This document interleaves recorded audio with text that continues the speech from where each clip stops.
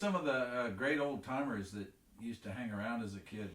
One of the greatest ones was an old man named Squire DeWitt. He had several offsprings there.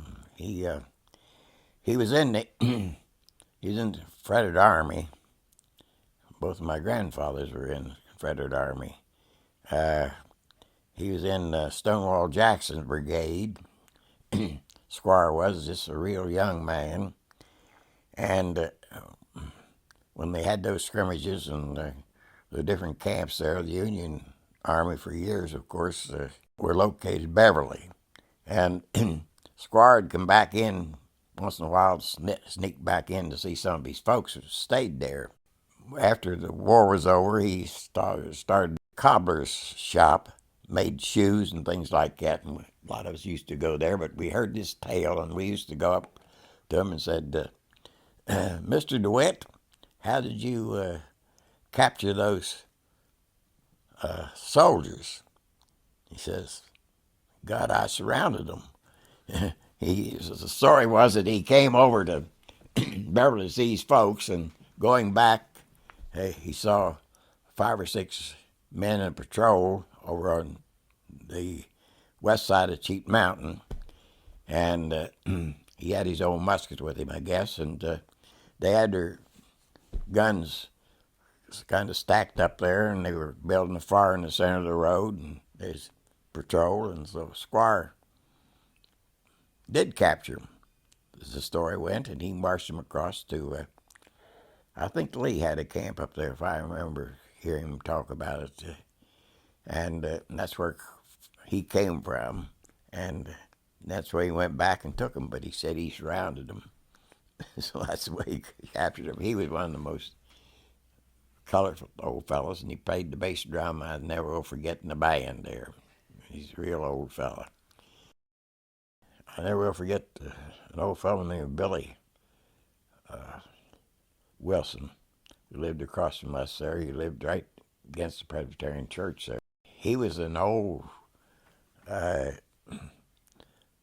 he'd been wounded twice with medi balls. One of them cut part of his ear off, and the other one was in his side. And he had one of the mini balls that came out of his side when they operated on him, and in their camp, I guess it was crude surgery, and he kept that. He was a great fellow. His people, the Wilsons, were in the courthouse at Elkins for years, and there was Beverly Courthouse also as county clerk, and he despised automobiles. I never will forget, we would come up there, he had this buggy horse, Trot, and he'd say, here comes one of those infernal automobiles, and he'd stay right in the middle of the road and whip that horse. I never will forget it, to try to keep ahead of it. And then someone could come along, conk, conk. You ever see one of those? That's, and he just couldn't accept the automobiles. He was a great old fellow.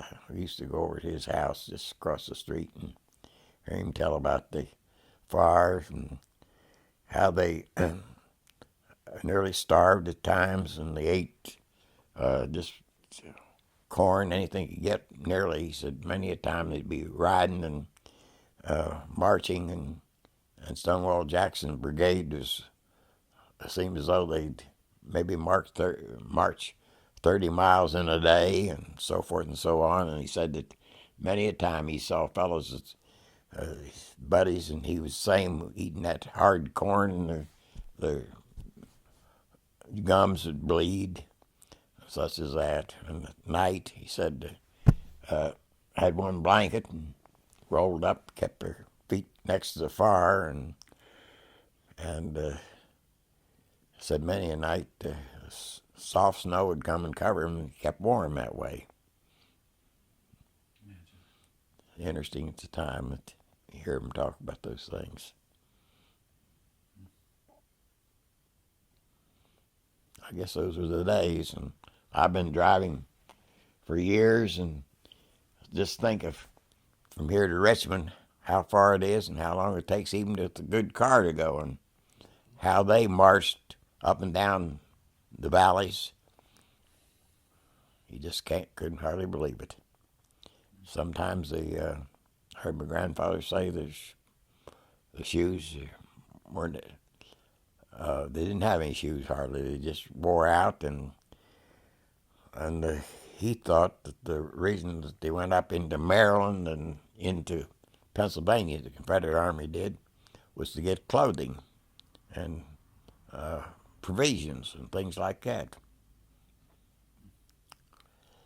And I guess this Stanton-Parkersburg Pike was one of the roads that they used with the. I plowing out here several years ago, and I unearthed a couple things that had USA on it, chains and things like that. So I know that there'd been some traffic up and down this valley here for the Army, probably. It was old. You mentioned that both your grandfathers were in the Confederate Army. Mm-hmm. What was it like? Was Beverly still a divided community in some sense? Oh, I think so. I think so. What was it like growing up in a situation like Well, that? I wasn't here then. That was in the 1860s. Well, no, I mean, but when you were a child, I'm talking about your recollections, what you remember as a Well, child. I don't think that there's any, all the folks that lived in Beverly when I was a kid, most of them were Southern believers somewhat, I think. A good many of them were in the families. Southern believers? Well, I think, yes, I think that their people fought for the Confederacy, a good majority of them. Later, an enormous amount of people came in there from the north during right after the war, and it was a kind of divided thing. On one's here's the Democrats and here's the Republicans, and that's generally the way it was at that day and age. The Democrats mostly their people had fought for the Confederacy, and the Republicans for the Union. That's the way I remembered as a kid. I've heard many of the old fellas talk about it. Dad used to take me up to a place where an old fella had a fireplace in there, and he'd been a soldier, and you just loved to hear him talk about the mini balls and the firing, and they seemed as though they wasn't much more than 50 or 60 yards apart shooting at each other at that day and age. It's unbelievable. But I didn't see much conflict in any of it. Now, my grandfather, Emmett Crawford, was captured, and he spent a couple of years in Elmira, New York, a prison camp there.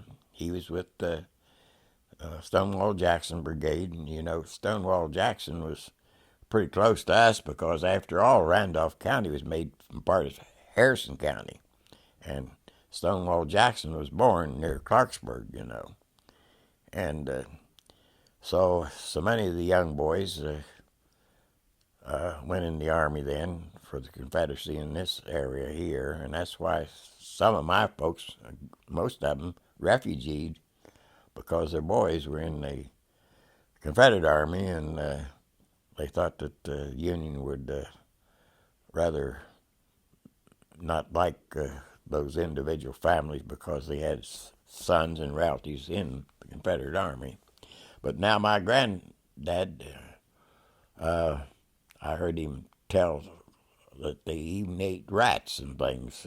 I don't know how true that was, but I know he came back and he was very frail. They heard people talk about it, and he never was strong after that prison camp. And I guess both sides had the same thing. One of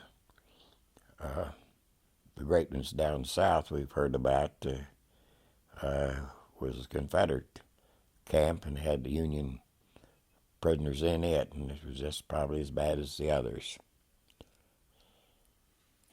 How did that translate for you though as a kid? Were there certain kids you weren't allowed to play with because they were Republicans, or? No, I don't think so. I don't think we paid much attention to it. I do know that during the election days, why people would we'd be pointed out, as you knew, they were Republicans and the others were Democrats, but it didn't affect us any.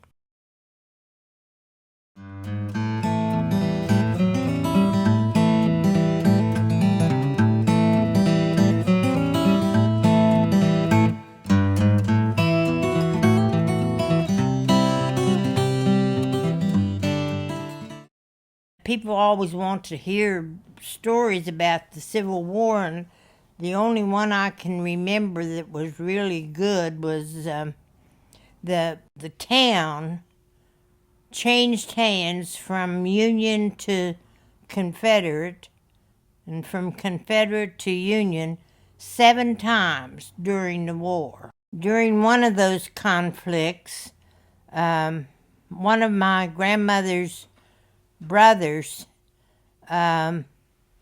was being married, and they had tables set up in the hallway made with horses, wooden horses, and boards laid across them to make tables.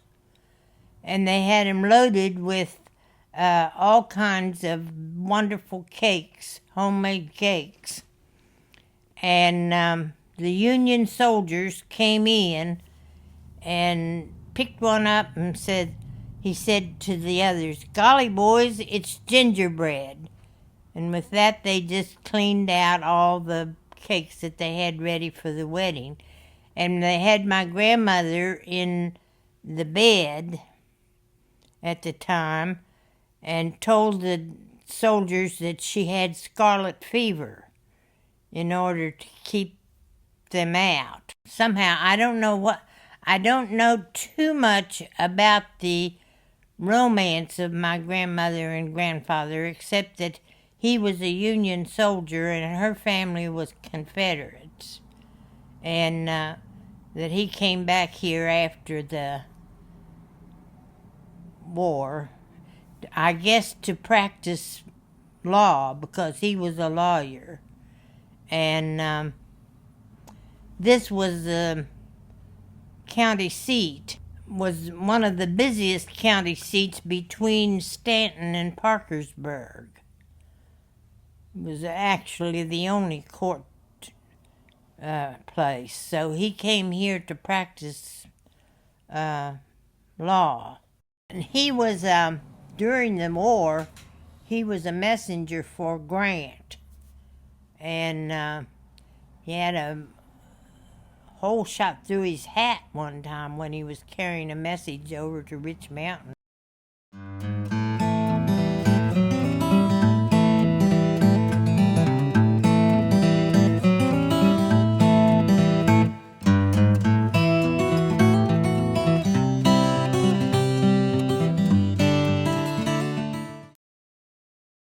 Did your family take sides during the Civil War? Did the Durretts? No. My grandfather had a brother still in Spotsylvania County, Virginia, that was in the Southern Army. Mm-hmm. But my grandfather never took any part or any sides in it.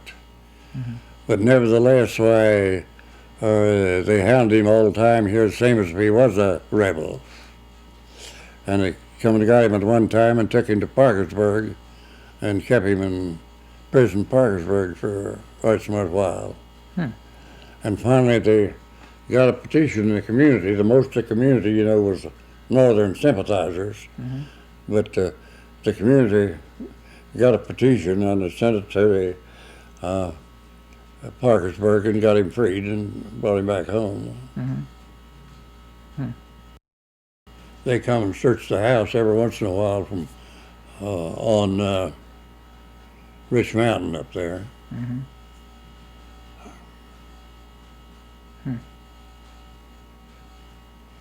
one time soldiers came. Him. Grandpa wasn't home, but I don't know whether that's while he's at Parkersburg or not. But the soldiers come and want to search the house, and they stood right out there in the yard, and my grandmother asked them for their warrant to search the house, and they took out a paper and read whether they was to search the house of B.B. Durrett and other rebels in that vicinity. And she told them that Mr. Durrett wasn't any rebel, that he wasn't taking any part in the war, and they insisted in going ahead and searching the house. And she got suspicious of them and wanted to read the warrant herself, and they wouldn't let her read it. So she tried to run a bluff on them. She said, I was up there to the camp the other day and talked to your commander, and he told me next time you fellas come down here bothering me, let him know, and he'd take care of it. And they just stuffed the paper in the pocket, jumped on the horse, and took off. Didn't say anything more about searching the house. They didn't have any order to at all. They just,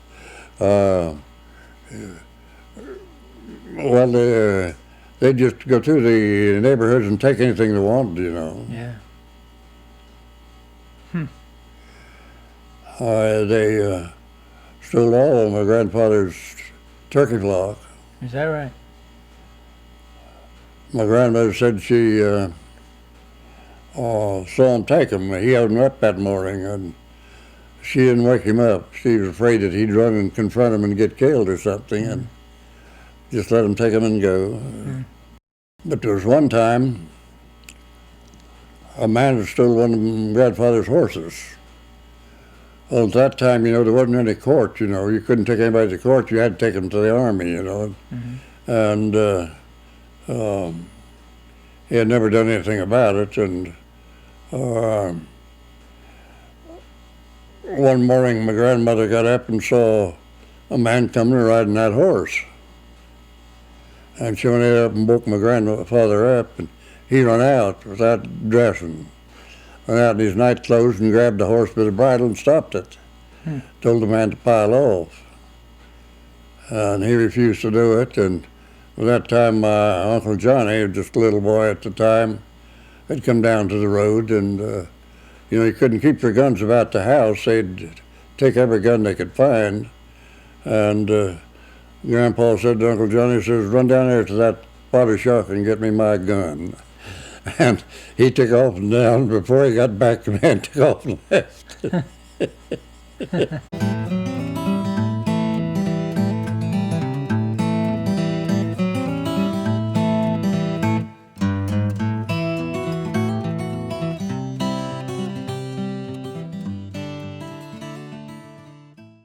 During the Civil War, that house there where I was telling you about, where my mother lived there, the gable end of it was shot off during the war.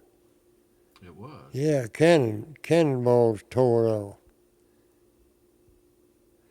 There used to be some of those cannonballs laying around there at home. We used to get a hold of them, throw at one another. We didn't know whether it'd explode or anything of the sort. They were about that big around. It was heavy. Not as big as a bowling ball? Oh, no, not that big. I'd say there's about that big around. Like an orange? Oh, no, more bigger than that. I'd say they were 6 inches over, across. It was heavy, too. Those are the ones that didn't carry up. There was a farm across Beverly over to what they call Mount Isler.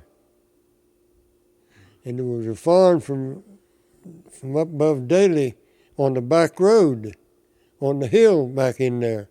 And some of them wasn't carrying up, didn't have enough powder, I reckon, to put them clear across. That's how come it tore that gable end off of that house. My grandmother was living there too then. What did she say about it? Well, I don't know. they've fixed it, I guess. And where did you find these cannonballs? Oh, they was laying around in the yard there. I guess some of them, maybe my grandmother had picked them up or something, maybe. And we just got a hold of them somewhere around. They had what they call a smokehouse. I suppose some of the other boys got a hold of them out in there and took them out there in the yard. They laid there in the yard for, I don't know how long. Every once in a while you pick one up, give her a throw. And last time I remember seeing them, there were 4 of them. There used to be a big sweet apple tree set there in front of my camper, or my house there. And that's the last time I saw them. They're still there somewhere in the ground, I know that. But they're probably too deep now for a metal detector to pick them up, probably.